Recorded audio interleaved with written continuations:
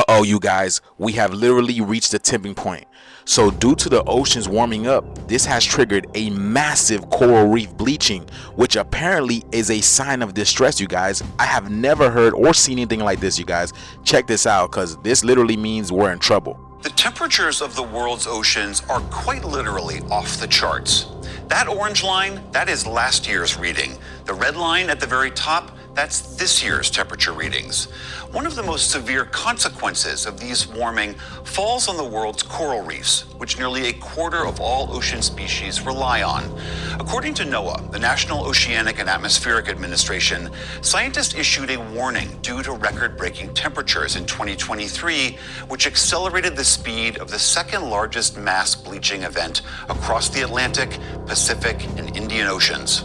For more on the global situation and what's at stake, we are joined by Julia Baum. She's a marine ecologist and coral reefs researcher and a She looks spooked. in Victoria in Canada. Julia Baum, thank you so much for being here.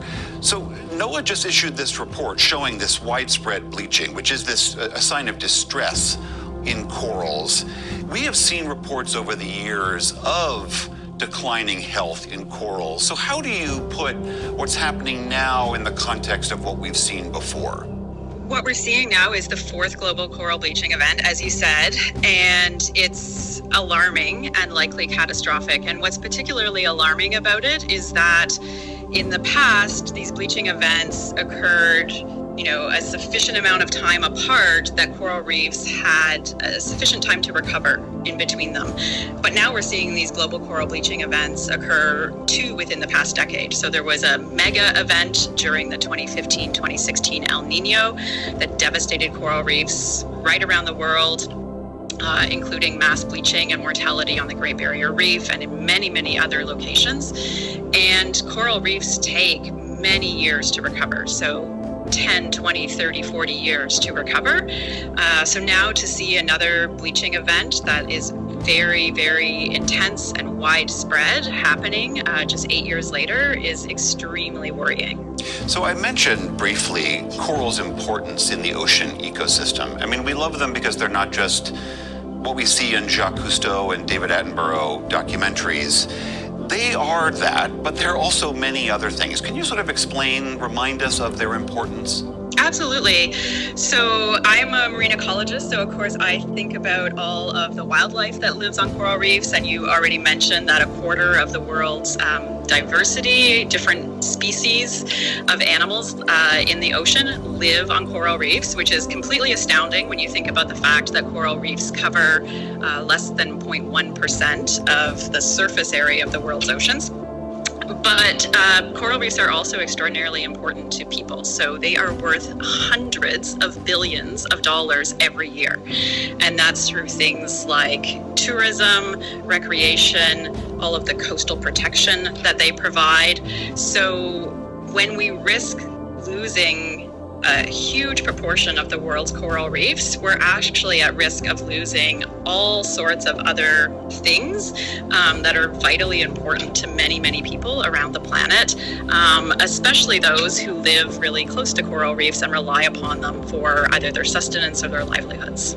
When you drivers of this warming ocean, climate change, El Nino, perhaps some other factors, what does your research indicate is most complicit in this problem? Right. Well, it's climate change. So this is without a doubt driven by human-caused climate change. And so Why they always do that? Why do they always do that? El Niños are now supercharged. And that means that they are occurring more frequently. They are at a greater intensity, so the magnitude of the heat stress that they unleash is a lot bigger, and they also can last for a much longer period. So in the past, for example, you might have had some heat stress on an individual coral reef lasting for a couple of weeks. Now we see that type of heat stress lasting for many, many months, and that causes the corals to bleach and then eventually die. So they're becoming much more serious, and that's a direct result of climate change.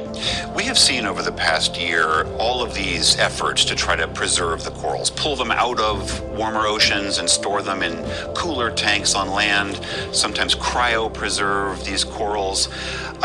What do you make of those efforts, and do you think overall they are going to be enough to save this ecosystem?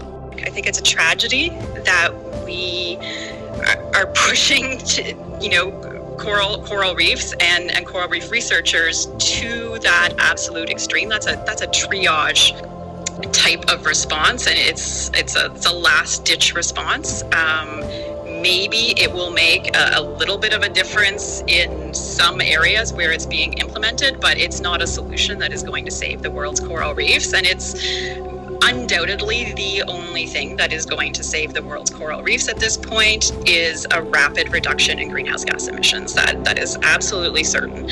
Anything else that we do, might help a few areas here and there, and of course that will be important in those areas where it helps.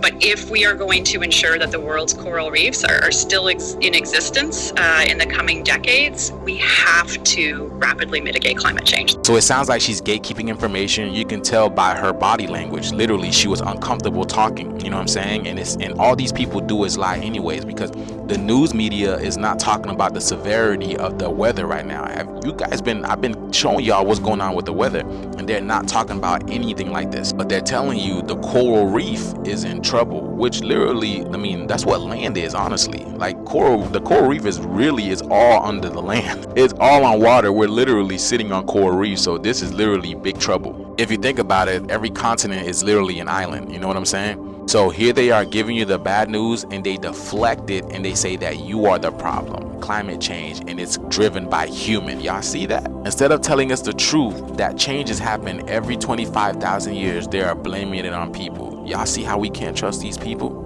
You see how we cannot trust the government or any of these people who work for them? That's just crazy, y'all. But this video is strictly for entertainment purposes only. I am only raising awareness to interesting situations during these interesting times. Let me know what you guys think about this video. Please like, follow, and share for more videos like this. Thank you for tuning to my frequency. Keep up with me on my other accounts, especially on my YouTube, where I go deeper on the esoteric level with these topics at hand. Let's get this shift, y'all. Peace out.